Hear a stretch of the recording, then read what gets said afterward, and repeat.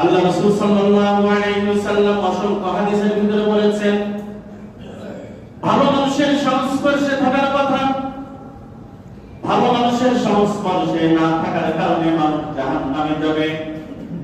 আল্লাহ তাআলা সূরা ফুরকানের 27, 28, 29 নম্বর আয়াতের ভিতরে ইরশাদ করেন যে এক ব্যক্তি খারাপ মানুষের সংস্পর্শে থাকার কারণে সে জাহান্নামী হয়ে গিয়েছে।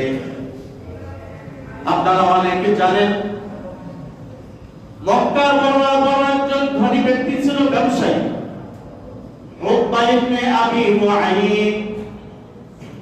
উনি বছরে 2 বার মক্কা থেকে সিরিয়ায় ব্যবসার উদ্দেশ্যে যাইতেন। ব্যবসা করে আসার পর মানুষদেরকে দাওয়াত করে খাওয়াইতেন যে আমার ব্যবসায় অনেক লাভ হয়েছে, দাওয়াত করে খুশি খুশি হয়ে খাওয়াইতেন সবাইকে। এই উকবা ইবনে আবি মুআইদ একদিন রাসূলকে দাওয়াত করেছেন।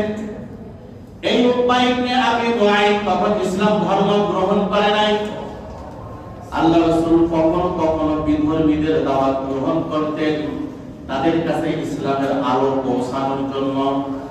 উকবা ইবনে আবি মুআইদ আল্লাহ রাসূলকে দাওয়াত করলো, হে মুহাম্মদ, আমি আপনাকে দাওয়াত করছি, আগামীকাল দুপুরে আমার বাড়িতে আপনার দাওয়াত। আমি যে সিরিয়া থেকে ব্যবসা করে আসছি, অনেক লাভবান হয়েছি, খুশি হয়ে অনেককে দাওয়াত করেছি, তার সাথে আপনাকেও দাওয়াত করলাম। আল্লাহ রাসূলকে উকবা ইবনে আবি মুআইদ দাওয়াত করলো। আল্লাহ রাসূল সময় মতো দাওয়াতে পৌঁছে গেলেন।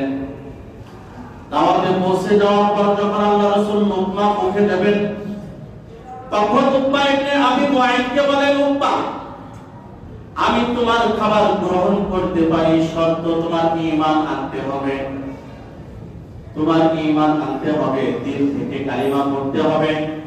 যদি তুমি ঈমান আনো তাহলে আমি তোমার খাবার গ্রহণ করব, তোমার মেহমান হব, তোমার খাবার আমি গ্রহণ করব। তোমার ঈমান আনতে হবে। উকবা ইবনে আবি মুআইদ বিপদে পড়ে গেল। উকবা ইবনে আবি মুআইদ বলল, হে রাসূল, আমি ঈমান আনলাম। আল্লাহ রাসূল বললেন, তুমি কালিমা পড়ো। কালিমায়ে তাইয়্যিবা, কালিমায়ে শাহাদাত উকবা ইবনে আবি মুআইদ পড়ে ফেলল। আল্লাহ রাসূল খাবার গ্রহণ করলেন। আল্লাহ রাসূল চলে এসেছেন খুশি মনে, আমার হাতে একজন মানুষ হেদায়েত হয়েছে, আমার হাতে একজন মানুষ জাহান্নামী মানুষ জান্নাতের পথে এসেছে। আল্লাহ রাসূল অনেক খুশি হয়ে গেলেন, অনেক খুশি। আল্লাহ রাসূল আলী রাদিয়াল্লাহু তাআলা আনহুকে বলেন, হে আলী, তোমার মাধ্যমে কেউ যদি আল্লাহর রাস্তায় চলে আসে, হিদায়াতের পথে চলে আসে, তোমার কত দাম তুমি কি জানো?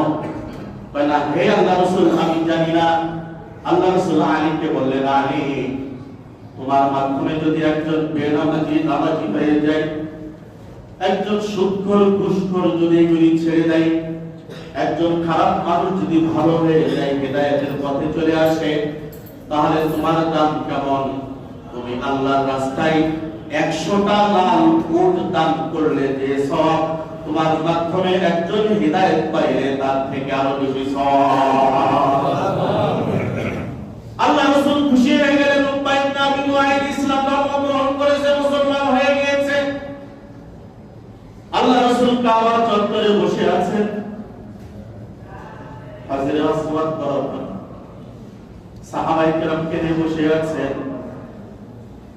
একদিন দেখেন যে উকবা ইবনে আবি মুআইদ আসতেছেন। আল্লাহ রাসূল সাহাবায়ে কেরামকে বললেন, হে আমার সাহাবারা, উকবা ইবনে আবি মুআইদ নবমুসলিম, সে আসতেছে, সাইড দাও, তাকে রাস্তা করে দাও। ঘটনা ঘটে গিয়েছে এর মাঝে। যত গ্যাঞ্জাম ফাসাদ লাগাই, বলেন দেখি কাফেররা লাগায় না মুনাফিকরা লাগায়?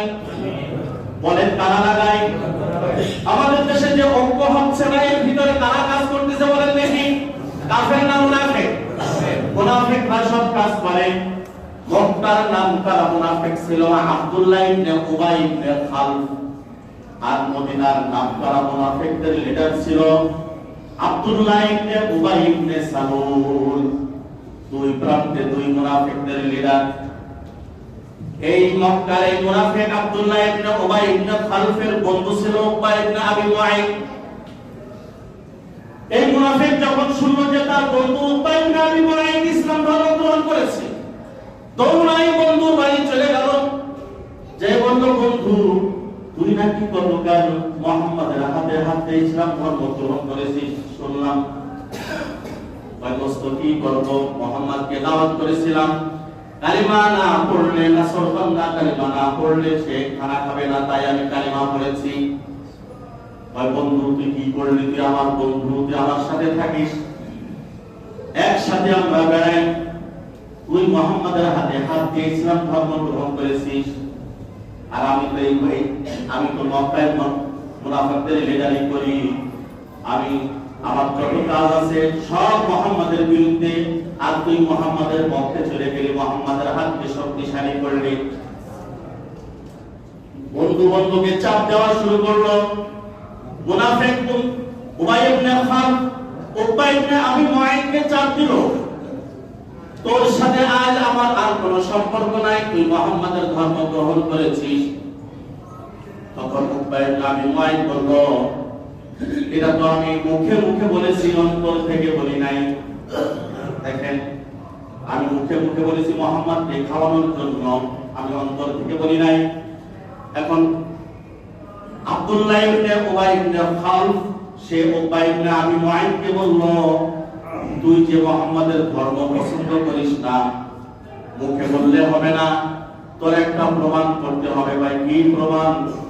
তুই যদি মুহাম্মাদের মুখে থুতু মারতে পারিস তাহলে মনে করব তুই মুহাম্মাদের ধর্ম গ্রহণ করিস না।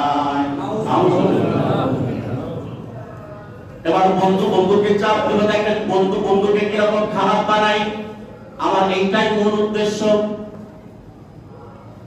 এই মুনাফিক বলল উকবা ইবনে আবী মুআইদকে বলল, মুহাম্মাদের মুখে যদি থুতু মারতে পারিস তাহলে আমি তোর বন্ধু, তুই আমার বন্ধু, আর তুই মুহাম্মাদের ধর্ম গ্রহণ করিস না, এটা মেনে নেব। উকবা ইবনে আবী মুআইদ ছুটে চলেছে তার বন্ধু মুনাফিকের কথা শুনে। আল্লাহ রাসূল কাবার চত্বরে বসা আছেন, উকবা ইবনে আবী মুআইদ আসতেছে। আল্লাহ রাসূল সাহাবায়ে কেরামকে বললেন যে সাইড দাও উকবা ইবনে আবী মুআইদকে আসতে দাও। আল্লাহ রাসূল আশা করেছেন সে গতকাল ইসলাম ধর্ম গ্রহণ করেছে, মানে আরো কয়েকজন ইসলাম ধর্ম গ্রহণ করতে আল্লাহ রাসূল খুশি।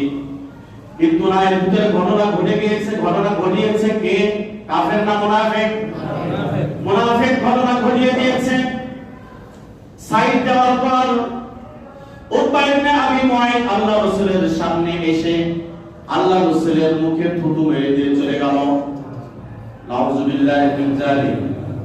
আল্লাহ রাসূলের মুখে থুতু মেরে দেওয়ার পর আল্লাহ রাসূলের চেহারাটা এত মলিন হয়ে গেল যে গতকাল তুই আমার কাছে ইসলাম ধর্ম গ্রহণ করলি, আমি বুঝতে পেরেছি তুই তোর বন্ধুর কারণে আমার মুখে থুতু মেরেছিস, ঈমান বর্জন করেছিস।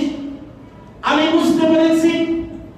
ওই মুহূর্তে কাবা চত্বরে আল্লাহ রাসূলের কাছে জিবরাইল আলাইহিস সালাম এসে আয়াত নিয়ে আসলেন, وَيَوْمَ يَعَضُّ الظَّالِمُ عَلَى يَدَيْهِ يَقُولُ يَا لَيْتَنِي اتَّخَذْتُ مَعَ الرَّسُولِ سَبِيلًا يَا وَيْلَتَى لَيْتَنِي لَمْ أَتَّخِذْ فُلَانًا خَلِيلًا لَقَدْ أَضَلَّنِي عَنِ الذِّكْرِ بَعْدَ إِذْ جَاءَنِي وَكَانَ الشَّيْطَانُ لِلْإِنسَانِ خَذُولًا। জিবরাইল আলাইহিস সালাম আয়াত নিয়ে চলে আসলেন। আল্লাহ রাসূলকে বললেন, হে আল্লাহ রাসূল, আপনি দুঃখিত হবেন না, কষ্ট নেবেন না। এই জালেম সম্পর্কে আয়াত নাযিল হয়ে গিয়েছে। আল্লাহ তাআলা বলে দিয়েছে তার খারাপ বন্ধুর সাথে তার সংস্পর্শ থাকার কারণে, তার বন্ধুত্ব থাকার কারণে সে তার বন্ধুর প্ররোচনায় পড়ে আপনার মুখে থুতু দিয়ে সে ঈমান বর্জন করেছে। এই জালেম এই উকবা ইবনে আবী মুআইদের অবস্থা কি হবে? সে কিয়ামতের মাঠে নিজের হাত দুইটা এরকম কামড়াতে থাকবে। উকবা ইবনে মুআইদ নিজের হাত কামড়াতে থাকবে আর বলতে থাকবে, হায় আফসোস, হায় আফসোস, আমি মুহাম্মদকে কেন বন্ধু হিসাবে গ্রহণ করলাম না।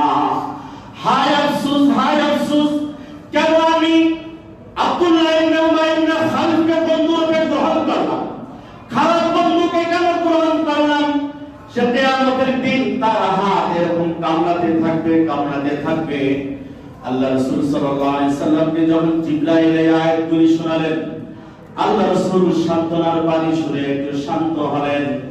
আল্লাহ রাসূল সাল্লাল্লাহু আলাইহি সাল্লাম সাহাবায়ে কেরামের মাঝে এই আয়াত প্রচার করে দিলেন যে গতকালকে যে ঈমান এনেছিল, আজকে আমার মুখে থুতু মারার কারণে, তার খারাপ বন্ধুর সংস্পর্শে যাওয়ার কারণে আমার মুখে থুতু মেরেছে, আল্লাহ তার জন্য আয়াত নাযিল করেছে যে সে জাহান্নামী এবং কিয়ামতের দিন সে তার হাত কামড়াতে থাকবে শুধুমাত্র খারাপ বন্ধুর সংস্পর্শে যাওয়ার কারণে।